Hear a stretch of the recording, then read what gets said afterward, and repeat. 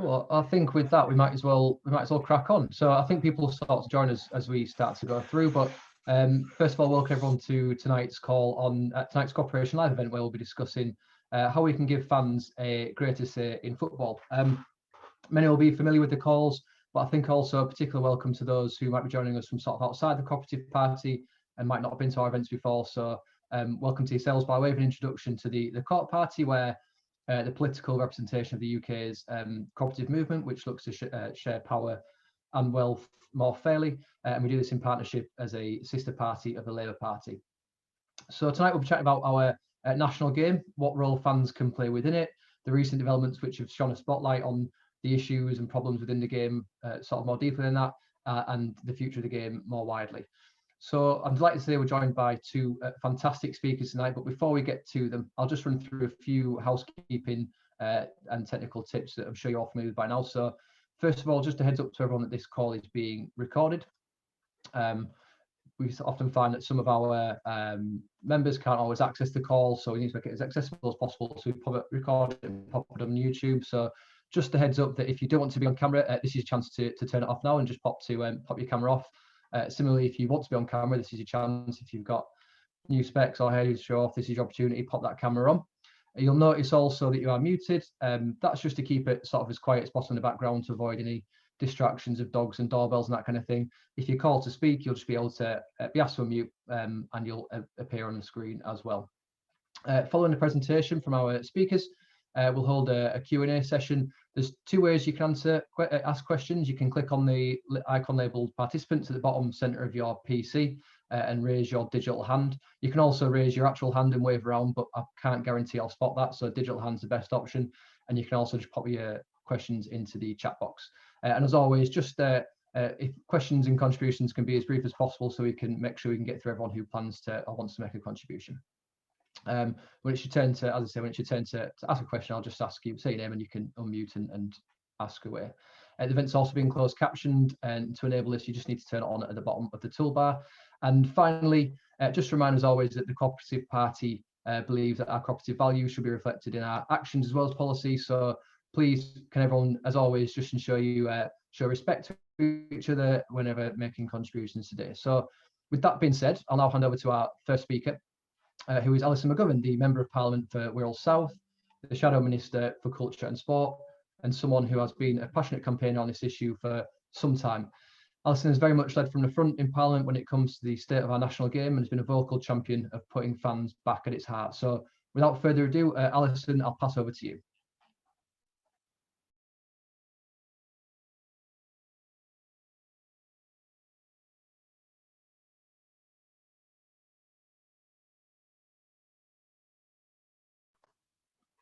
I'm not sure if Alison, are you there?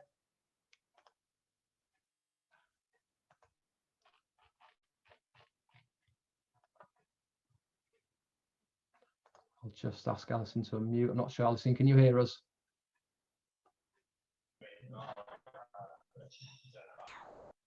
Yeah, sorry, Rob, can you hear me okay? Yeah, you're there. We've got you, Alison. Fire. So just to explain to everybody, I am between being in Batley this afternoon for the by-election and onto my next event. So I am in the Northwestern in Liverpool Lime Street, which, in case you ever needed a pub in central Liverpool, is a nice one. Anyway, so apologies for my surroundings. The signal is a little bit dodgy, so apologies in advance for that.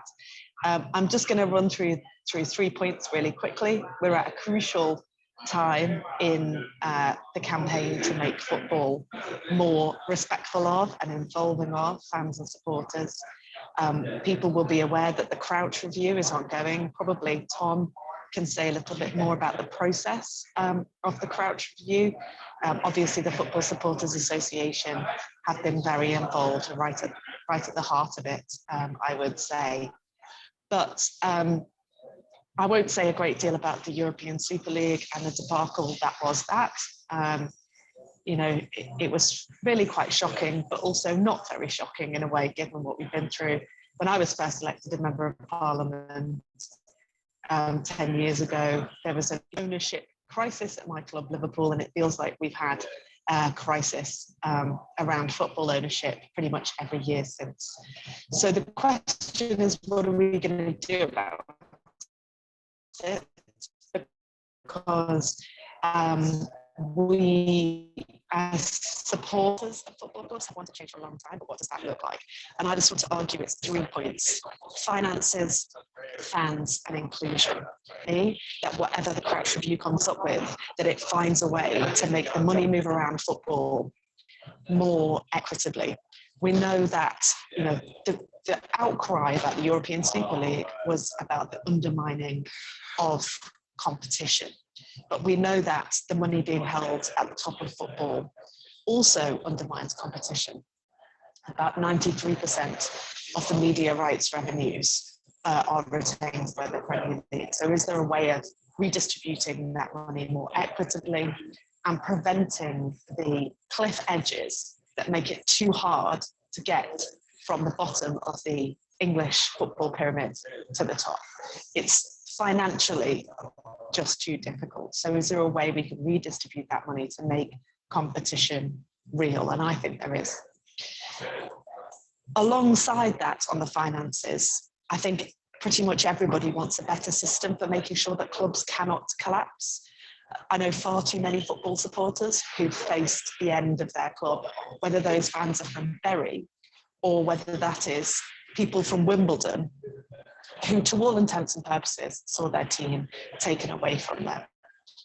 You know, we need to put protections in there to make sure that football clubs cannot cease to be because of financial mismanagement. And I think that we can do that. All of those things point towards an independent regulator for football, which has been suggested by members of parliament from different parties. So I believe there's a coalition there across the House that wants it.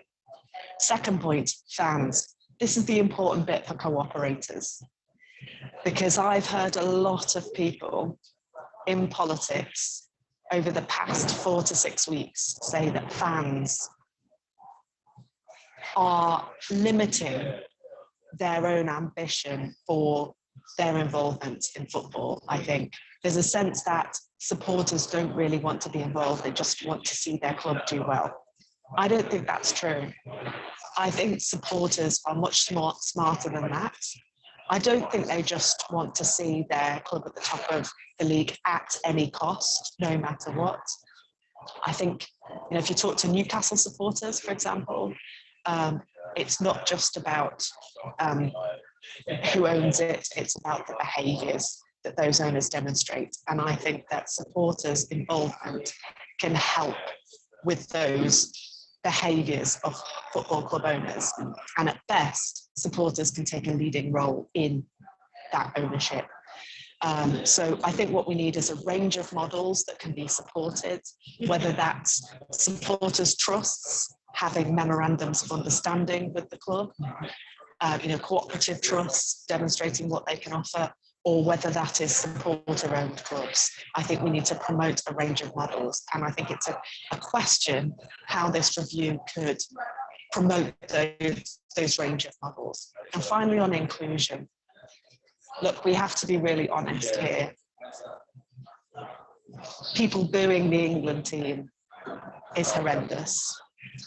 And football supporters for a long time have rightly defended their reputation. You know, we are not, as we are sometimes made out to be by the press and others. But we have to hold a mirror up, I think, to behaviour that has been there for too long, racism, and also misogyny. Because it's not an accident. Alison, we're losing you. We're losing you slightly. I think we've managed to sort of hear so far, but we've just started to duck out a bit. On the telly is played by men, and that Lauren James and Reece James might play for clubs at the top of their game, different paycheck. You know, I just think whatever happens, we have to make sure. Alison, you've dropped off, I'm afraid. So what we'll do whilst you try and we try and get you back in and maybe get a more sort of a slightly better connection. We'll move on to our second speaker tonight, whilst Alison comes back shortly. So our second speaker, I'm delighted to say, is Tom Greatrex, and amongst his many roles, Tom is the vice chair of the Football Supporters Association, the chair of the Fulham Supporters Trust, and sits on the council of the Football Association as a supporters representative. Tom's campaigning on giving supporters a greater say and stake in our game goes back many a year before, even before his time as a fantastic Labour and Co-operative MP himself. So, Tom, without further ado, I'll pass it over to yourself. Thanks very much, Rob. Can you hear me okay? I was struggling to hear Alison by the end there. Is that a bit better? Yeah, we've Good. got you. All right. It's not just me that was struggling. Look, thanks very much for the invitation to take part in the discussion this evening. I didn't hear the start of what Alison was saying, so forgive me if some of it might be slightly repetitive, because I suspect it probably is, because we're probably coming from similar places in this. But two things I want to say at the start. Firstly, I know from looking at a number of the names that I recognise on the list of people on the call, that many of you will have been familiar with Supporters Direct as was, which is obviously very significantly influenced in terms of its founding and its early days by the Co-operative Party and others. I'm trying to think when it was. Elaine will correct me if I got this wrong, but I think it's about 3 years ago, 2 and a bit years ago, the last sort of year and a bit. So I've lost track of time slightly, but our members ultimately voted for Supporters Direct to merge with the Football Supporters Federation to become the Football Supporters. 2018. Thanks, Elaine. 2000. So Football Supporters Association, and I think it's fair to say that there was some concern that the issues around the Supporters Direct were concerned with, which were about supporter ownership and governance, might be lost in a bigger organisation.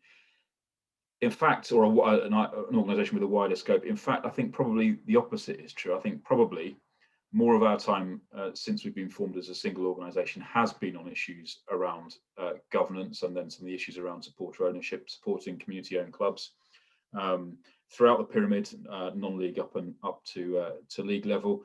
And actually, it's probably been the thing that has had more of our attention. Now, the reason for that is what the Super League proposals showed up above anything else, which is there is a complete power imbalance within football, that the football authorities that are supposed to be the regulators, the Football Association, for example, are not strong enough to resist the dominance of the Premier League, and the Premier League itself and the EFL as well aren't strong enough to resist the dominance of a small number of their member clubs. And that's where you get to a situation where a number of clubs think it's fine just to basically sign up for a closed shop league in the proposal of the Super League, and damn the rest of you basically, and the rest of the pyramid and everything that has enabled their clubs to have the success they've had. So, but that was just a symptom of the problems in football governance that go back a long time. They didn't get as much attention. They got a bit, but you know what happened at Bury, what happened at Macclesfield, go back a couple of years before that, what was happening at Blackpool, you know, and numerous examples. You go back a bit further and you can talk about Charlton, and Charlton at one point was the sort of the club with a very good approach to how they involve supporters, and went from that to being one of the very worst. But there are plenty of examples you can give that all demonstrate the same thing, which is that supporters who are the only people who have really a long-term, unbroken and almost unbreakable, despite the best efforts at various times, bond with their clubs, are effectively in a position where, unlike in many other areas, they don't have or aren't able to have as much influence as you would want them to have, particularly as they are really effectively those that have the long-term interests of the clubs at heart more than anybody else. So that's the background to the review. So it's not just about the Support League, or that's what really kicked the government into finally launching what was promised in the manifesto from 2019. So what's been happening with the review? Well, look, the review has been taking evidence significantly from supporter organisations, Supporters Trust and Independent Supporters Association, members of the FSA, in their different networks.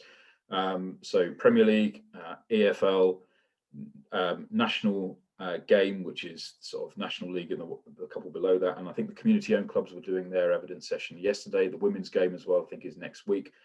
And then also a whole range of different clubs. The Fair Game Initiative, which is a number of clubs, including the likes of Exeter and Wimbledon, that are supporter-owned currently, and other clubs as well, to be put their evidence in to this review. I think this review is really important. The timing of it is really important. There's a real opportunity, and what we're saying, what the FSA is saying in terms of supporter ownership and supporters' rights, I think is, some high level points which I think are really important. There's a lot of discussion in the run into this about the reason that German clubs weren't part of it. Is that because of the 50+1 model that is in place in Germany, also in place in Sweden and some other places? And arguably that is the case. That is the reason why those German clubs weren't involved in it, because they would have had to have got the support of 50+1% of their members, and they are member-owned clubs, or with the exception of a couple which come from works teams, basically their origins. But they are. But the thing to remember about Germany was 100%. 50%+1 was brought in to try to protect others taking a majority stake and then controlling a number of decisions. So 50+1 is the headline that's been bandied about as what we should be wanting from this review. I think it's a bit more complex than that, but I think there's some really important measures that draw from those principles that ensure better management of clubs, control of decisions in the hands of supporters, and the opportunity for supporters to own and run their clubs, or at least the right to invest and to take a stake. That comes down to a couple of things. Firstly, a golden share for supporters. Company law currently allows for creation of a special category of share with rights for those that own it. And we think that at every regulated club, there should be a golden share granted to the club supporters trust, which gives the power to approve or veto certain decisions vital to the heritage and future of the club. Things like, for example, deciding to move grounds. So it's not just the things about changing the badge or changing the team colours, but things that are fundamental to the community link to the club and community. Secondly, that for that to work, it's important that the regulator, working with ideally the FSA, would ensure that all clubs have viable supporters trusts capable of exercising the new powers. There are some really good examples of golden share arrangements already agreed between owners and clubs. Brentford's one example, which was for a while a fan-run club, but the new ownership was one of the things that was protected. There is a heritage board at Portsmouth, for example, and we think there are a whole range of different things that should be subject to those sort of reserve powers: heritage, stadium changes, competition changes, business and financial decisions. Alongside that, there should be the right to invest for supporters to be able to effectively take a stake. It might be a small stake to start with, and over time build up to community ownership. I heard Alison talk about the reason for why you'd have different models. There are different clubs with different valuations at different stages that I think make it a right to invest a more appropriate vehicle to enable the process towards supporter ownership in some cases, and in some cases it would be supporter ownership relatively straightforwardly. In others, it might take a bit more time to get there, but that there should be the opportunity for that to happen. So at the very least, you've got a supporter voice in the running of the club and in the equity within the club. Ideally pooled with, as has been the case in some at various points, pooled through supporters trusts. We also think that there should be a right to buy stadiums, to acquire the ground at an agreed price or independently determined valuation under the ownership of a community trust, when those things come under pressure from various different directions and owners seek to asset strip, as has happened in the past. Protecting those types of historic and important assets are a way in which, and in a way which enables supporters potentially to buy those stadiums and hold those in perpetuity as a community trust, is something which we think will give protection to those assets, reinforce the community links, and underscore the importance of supporters in the long-term approach to the clubs. We also think there should be, and a number of clubs already do this, supporters on the board of directors, but it's very important that those appointments are done in a way which provides insight and oversight of how the club is being run. There are poor examples where you've had supporters on boards in a way in which effectively they've been hamstrung from the start. So the structure of that is really important. We think it's something that should become mandatory for clubs. And we think, as well as that, all club directors, supporters and others should have to demonstrate their skills and knowledge to be able to take on those really important roles. So look, those are in very sort of broad terms the approach that the FSA is taking in its evidence to the review. I think the review will probably be quite radical in its recommendations. The challenge, I think, is more likely to be in how the recommendations are then implemented or how far they're implemented. I think we've seen the powers that be in football at the moment realizing they're not really going to be able to divert where the review's going very far, but I think they'll probably be wanting to try to influence the government not to implement, or to implement a limited version. That's why it's really important there is continuing to be pressure on this from supporters organisations, underlining the role and importance of the supporter stake in clubs, and including those good examples where supporters own and run their clubs, which is a perfectly viable model, as we've seen, and is a model ideally we'd like to see extended further throughout the pyramid. Hopefully that's helpful as a sort of some opening remarks. Thanks very much, Tom, and plenty there. I know I dare say we'll come back to it at various stages. Just to remind us, everyone, as well, to pop your hand if you've got any questions. I've seen some comments going into the chat. Feel free to sort of direct message me on there as well if you've got any questions. Alison has just said as well she's happy to comment in the. I wonder, Tom, perhaps Alison mentioned something around which I thought was interesting around aspiration, in terms of, are we perhaps aiming high enough? And Alison, if you want to come in on this as well, that'd be fantastic, around aspirations in aiming high. And I know you made reference there, Tom, to the 50+1 rule, which is something which has been discussed a lot as a possible alternative and a solution to the problems around the European Super League. Is that a model which is appropriate? Is it practical for the English game? Is it a case of transposing that directly in, or actually, like you say, is that something which is actually a dilution from its more sort of pure full ownership model, which was originally in Germany? Do we actually need to be aiming higher than that? So, Tom, if we perhaps start with yourself on that, and Alison, any comments you can make as well would be fantastic. Well, I think 50%+1 is something which was very quickly adopted almost as a slogan, and it means different things to different people. I think we've got to be more nuanced in our approach to it than that, which is to understand the reality that there are different clubs are of different sizes, different statures, and trying to apply a single model to all clubs immediately is probably not going to work. So that's why we're, ideally we would want, I would say, you want to be in a position where as many clubs as possible have a significant proportion of their ownership through their supporters. But you're not starting from scratch. So that's why we have taken a position that while that there should be the right to enable you to start to take that stake where there isn't that stake, you can't currently buy the shares.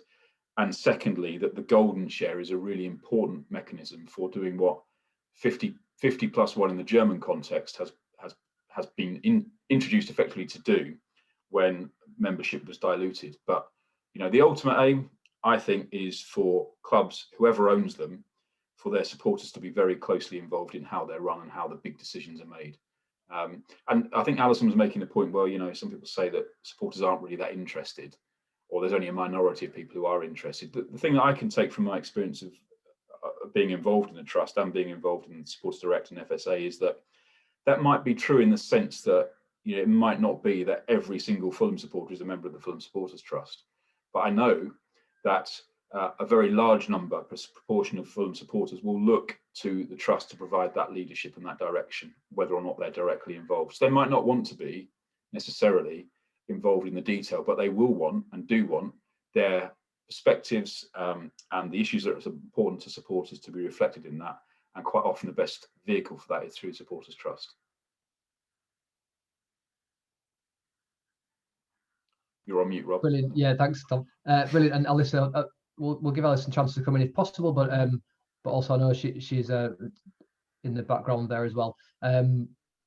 And Alison mentioned as well, it's sort of a direct question. Big question is what behaviours should be off limits and what should we be aspiring towards. So she mentions there the changing important factors such as location, kick colour, and those kind of things, but also about transparency over finances. So something we might want to reflect on as well.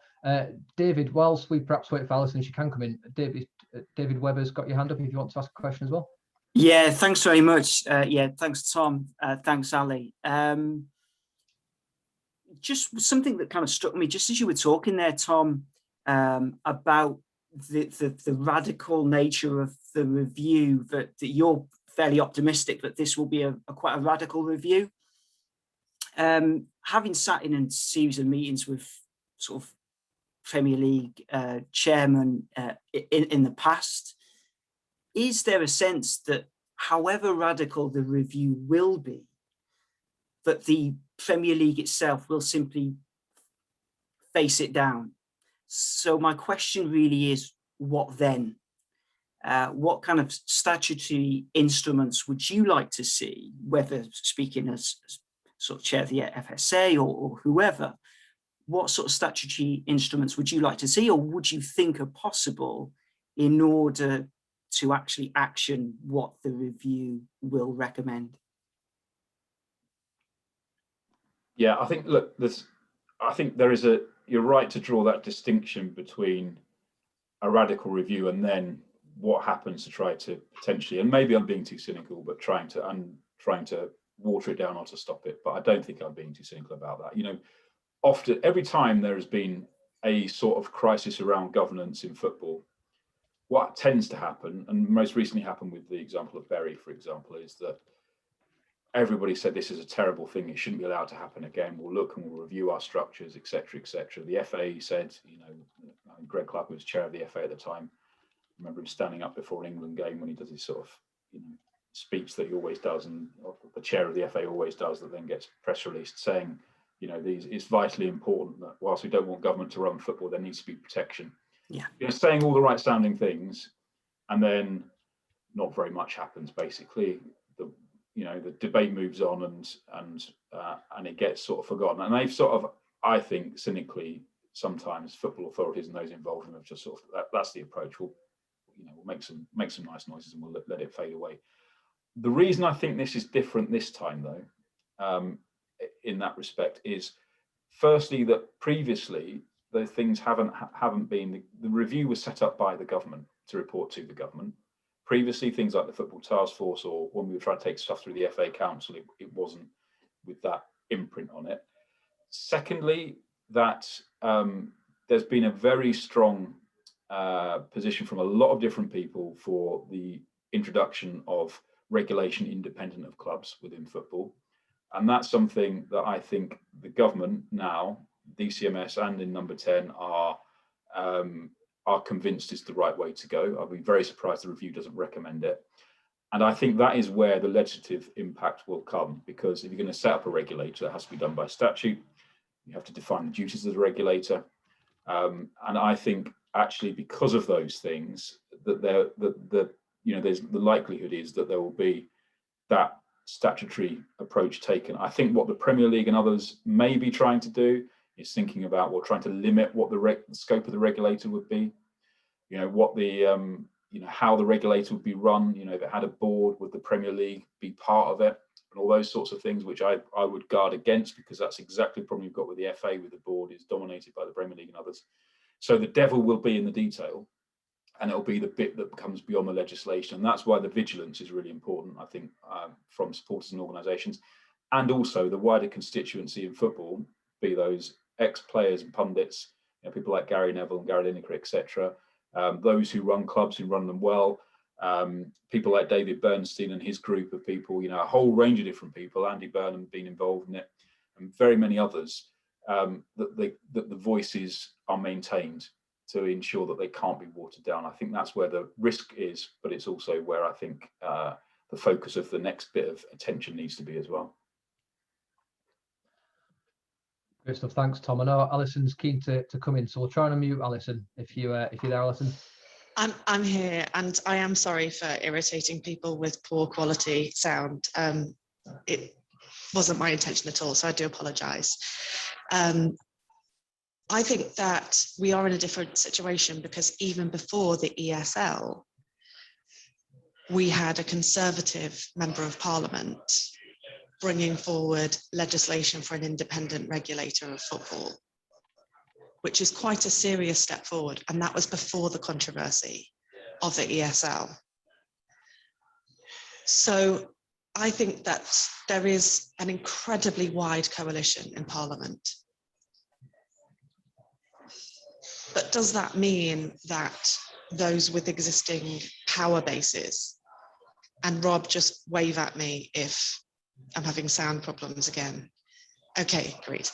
Does that mean that people with existing power bases won't find ways to undermine or to divert the efforts? Like, of course they will, that's normal. But that's why I think we have to be really clear about what we want, whether it's better redistribution or these models of supporter ownership that Tom and I are passionate about. We have to be really clear about what we want. And I think if we can set the test, then we can keep the focus in the right place and keep building that coalition.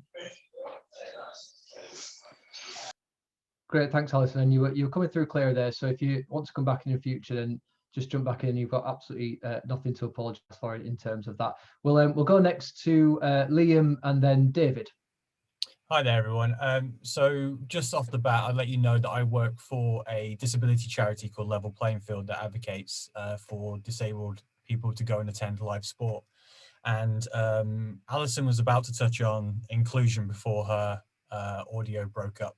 And she spoke about racism, misogyny, and I hope that she would have touched on disability because disability is the biggest minority group in the UK. And Tom and the FSA have been doing fantastic work regarding having these meetings and making sure that fans' views are heard. But personally, I would be disappointed that DSAs, Disabled Support Associations, haven't been part of this conversation. So really, my question is to Tom and Alison, really, is this opportunity to change governance in football is a massive opportunity to make sure that disability voices are heard.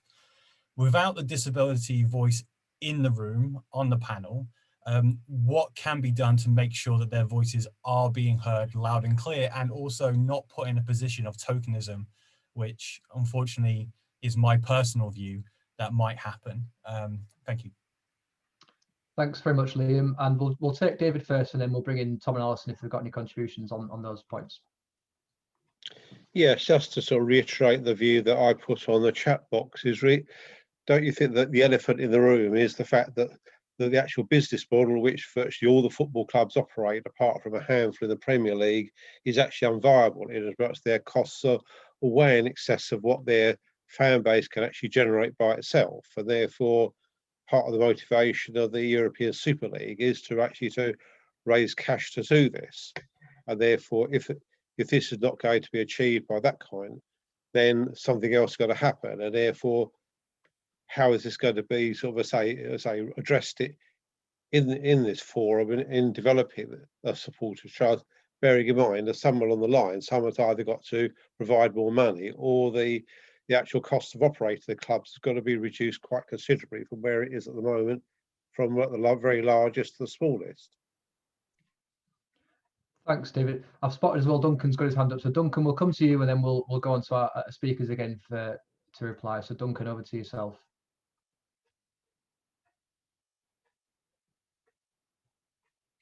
If you, Duncan, can you unmute yourself? I'm a member of the disability network of the Co-operative Party. I'm a disabled supporter of my local Odd Down and Bath football clubs, and I've never been able to go. The reason being, of course, is that these two local clubs have so little resources. This reflects what David was saying, have so little resources that they simply can't invest. And the problem with this particular group is that there really is no community involvement except at the behest of the local council, which is Lib Dem. And what they want is a going concern. They want streams of income, etc., before they're prepared to give us any kind of ownership. Currently, there's an entrepreneur in charge of it. She's doing her best, but it's the I don't know what it is. I think it's the lack of cooperative entrepreneurship on the ground that is holding us back. Thanks, Duncan. So, Alison, if we bring you in first, I know you're quite keen to come back on the issues around disability in particular. Yes, that's right. And thank you to colleague from Level Playing Field. And you're absolutely correct. My next comment would have been about disability, because the game has incredible capacity to involve people with disabilities of all kind, and we're not doing enough to highlight the possibilities of that, and we're certainly not investing enough. We've got a shortage of pitches at the grassroots, which is limiting people's involvement, and we've just heard from Duncan about the investment challenges. So I try to do what I can to make sure that disability football and all aspects of inclusion are addressed. But I have to say, and I have to be really honest, it is a bit of an uphill struggle at times. So I think we could do better to get ourselves together and figure out how to campaign and to get this up the agenda. I think particularly disability sport in general and football specifically is really important on that front. And in response to David's comment, I would just say I agree. I think it's completely unsustainable to have wage bills that outstrip revenue in the way that we do. And I think that if an independent regulator is created, there should be at very least complete transparency about that, and then a plan to deal with it. And I could go on at length about what that would look like, but I think that is a very worrying situation. Thanks, Alison. Tom. Yeah, I'm just on David's point. Yeah, his sort of last sentence or the last clause in his comment was about the wage structure that's been created. The wage structure has been created because of a range of circumstances that undermine the viability of a number of clubs and the pyramid as a whole. One of the things, I didn't go into it in detail because it take me a while, take up all the time we've got this evening, but in terms of the FSA's evidence and recommendations and input into the review and other work we've been doing, financial sustainability is really key, as is a more equitable sharing of resources through the pyramid, because it is through that pyramid that you get the level of competition and the opportunity to go up and down, which, while some owners might not like it, is the lifeblood of the competition and what makes football so attractive to so many people to watch and to be involved in and to identify with. So all those things are linked. There have been at various points, attempts, but they haven't been coherent or clear. We've had a wage cap, for example, in League One and League Two, which was introduced and then had to be abandoned because of a legal challenge from the PFA. But a wage cap in two divisions of a league doesn't solve the problem, because you get the problem. All it does is reinforces disparity between different levels, and then the sort of gambling approach to sort of try and stay in or get into a higher level happens again and again. So it's got to be there's got to be a complete look at this and approach this, which brings stability, financial sustainability into it, and better sharing of resources. On the wider point that I think Liam and Duncan were making in terms of the review, there is. I can go back and check. I don't know whether Level Playing Field have asked to give oral evidence as well as submitting written evidence, but there is that opportunity to do so. But I'll check that and come back to you via Rob if I can, whether that's happened. Just to very quickly interject, we are given written evidence to the review. We have been invited to do that. Right. Okay. So yeah, and the supporter evidence has been done via through different networks to try to capture the issues that arise at different levels. But there is also the cross-cutting Fans for Diversity network that includes disability. That I don't think they've done it yet. I think they're next week, but I'll double check that and come back to you. So there's no reason why that evidence and those views and those perspectives can't be brought into the context of the review. And in fact, some of those things you've heard some of the people that are on the panel have referred to in other comments before they were appointed to the panel as well. So hopefully that will give some comfort. But I don't perceive that Tracy Crouch or any of the people on the panel have any intention other than to take as broad a range of views from supporters and all groups of supporters as possible. That's the whole point about it being a fan-led review, is that it should be led by the issues that are of importance and concern to fans, and groups of fans with from different perspectives. So hopefully that can happen. But I will double check the point about the oral evidence as well for you, but that should be happening.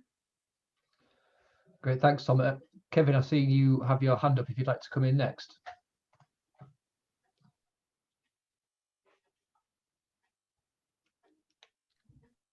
Sorry, yeah, just having a bit of a problem unmuting there. I'm fine now. Hi, everyone. Yeah, I'm involved with my independent supporters group of my local team, which is a non-league team, Hastings United. We've been denied promotion the last 2 seasons because of COVID, so we're a bit sick.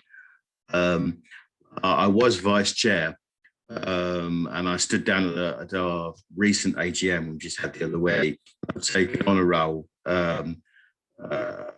looking at inclusion, particularly at the moment my role is called disability officer. So I'm involved in getting disabled fans more involved in the club. I mean, obviously we're not playing because of COVID, but we're hoping that's going to change soon. We are a privately owned club, but he's very good, and is keen to get as much input from people as possible. The golden share thing is interesting. I hadn't come across this before. I'm quite interested in it, and I mean, I've been supporting my team, and being involved with supporters for what, 30 years. So I'd love to get some more input into the board. So I'm very interested in how people think that might be gone about. I'm just exploring other options. I'm a member of Fans for Diversity in the Disabled Supporters Association, and that's only quite recent. I've come across them, so I'm really just building my knowledge base about that. But I think, I think it is difficult. I mean, we're about to move grounds anyway. Within the next season or 2, it's been put off because of COVID, and I've been invited to take part in a health and safety review to look at the current ground and to look at how we can improve the match experience for disabled fans. We have a covered stand at one end that actually has a raised area for wheelchair users and other disabled supporters that want to use it, but not at the home end, as it were. And fans just end up getting wet because they can't get under the terraced stand. And we're looking to see if we can find a way we can resolve that issue. Kevin, we're having, we're not coming through completely clear. Is there while we've still got you, is there a question there for Tom? We can't quite hear you properly. Is there a question there that I think you've muted again. Yeah, I think you muted. Tom, one thing Kevin mentioned there was the golden share. Is there any way you could just give us a bit more insight into how that might work? And you sort of, if I'm right interpreting it as a bit of a sort of a segue to sort of ownership from where the position we're in now. Yeah, the principle is, look, there are certain things that whoever owns a football club, and all owners are temporary, whoever owns a football club should not be able to do without good reason, and we don't think without consent of a measurable way of demonstrating that the supporter base agrees. So, for example, grounds are often an emotive issue. And proposals to move grounds. That doesn't mean you won't necessarily always. You might move grounds. It might be the right thing for the club. It might be something that that supporters agree with for a whole range of different reasons. I'm trying to think of an example like Everton, for example. Maybe you would find that a lot of Everton supporters much as they love Goodison Park, would say, well, look, if you're going to move, facilities will be better, more capacity, more modern facilities that enable a much more inclusive experience. Going back to what we've just been hearing, so there could be good reasons, but they shouldn't be able to do that without there being the consent. So that's where it comes from. There are things like, for example, and what the Super League proposal flagged up was, decisions to decide just almost arbitrarily to leave a competition you've been in that is for more than 100 years in some cases, shouldn't be able to be taken without there being any wider consent. So it's those types of issues that are fundamental to the competition, the club's relationship with the community, that should have a wider test and approval before those can go ahead. And that's the type of thing that, as our proposal in terms of the golden share, is those types of things that should be covered. Now, it's interesting, in the evidence that we've given so far, or some of us have been involved in giving, and I've not been involved in all the sessions, there's been quite a lot of discussion, not so much about the principle of a golden share. I mean, it's currently doable under current legislation. They exist. Government has golden shares in various things. But what the scope of that should be, how extensive should it be, what the structure should be. So which gives, I think, some comfort that it's something that the panel and Tracy Crouch herself as a leader of review are really considering very carefully. And I think it would be a very important step to provide some level of sustainability. It's not mutually exclusive from supporter ownership, but I think in those cases where supporter ownership, be it part or in whole, is not likely to be achieved in the short term, it gives some protection and sustainability for issues that are really important to people. Brilliant, thanks, Tom. I'm conscious time's running on. I'm sure we could go all night, but in usual circumstances, calling a meeting to a close to catch a football would be a cardinal sin. I feel like we might be in okay company at this stage to sort of say that I'm sure everyone wants to be in situ for the games tonight. Just before we perhaps go to our fantastic guest speakers for any last comments they might have, just a huge thank you to everyone who's joined us on the call tonight, members and friends. It's been a fantastic discussion, something I know people will be aware of. Has been a real key core campaign for the Co-operative Party for some time. So thank you for engaging. In terms of how we can work and support, I'm sure Alison might want to speak to that, and Tom likewise, in terms of what we can do in any final remarks, but I will also say watch this space. So also a huge thank you to our speakers, Tom and Alison. I'm glad we overcame the sound problems. I think one of the most brilliant things of the online era, as it were, is that we can now join us from anywhere. And appreciate how busy you are, Alison, so it's fantastic that you could. The downside, as we know, is that occasionally we've all been victims to some dodgy connections. But Tom, if we go to you first for any final comments. Look, I'll just reiterate a point I made earlier, which I think, I've been around this track several times with several different hats on over quite a long period of time. I am not someone who's predisposed to being overly optimistic generally in life. That's probably come from being a Fulham supporter, but I am pretty optimistic actually that this time we will get some real significant change. But for that to happen, it needs, not just the outcome of the review to be radical and positive and far-reaching. I think it needs then the pressure to be maintained to get that from what comes out of the review to be put into place, because there'll be some people who will continue to fight against it for their own reasons. We've come so far, and I think we've got some distance to go, but we're in a much better place on these issues, I think, than we've been for a very, very long time. Fantastic. Alison, anything from yourself? Thanks, Rob, and it's been a really good session. I think it's really important that particularly supporters who've been a part of this for some time don't give in on this argument about the capabilities of supporters. We can be involved. We can understand the finances of football as well as anybody in the boardroom. And I think it's really important that we maintain that principle for all the reasons that Tom said about the possibilities of what could be done even just with golden shares. So I would just ask for people's help in making that case that supporters are capable and responsible people to help support ownership of football clubs. We're not saying everybody's going to own a football club tomorrow, but we're saying we will get there. So please, I would say, can we continue to make that argument and just say thank you to everybody for their views and opinions. It's been a really helpful session. Brilliant. I think that's a lovely place to end it. And thanks again so much, Alison and Tom, to yourselves for joining us and everyone on the call. It's been a fantastic session. And again, we'll offer every support we can to yourselves, Tom and Alison, and you're on the front bench as well. And do all we can to make sure that fans have a greater say and stake in the national game. So thank you, everyone, and we'll see you soon. Thank you.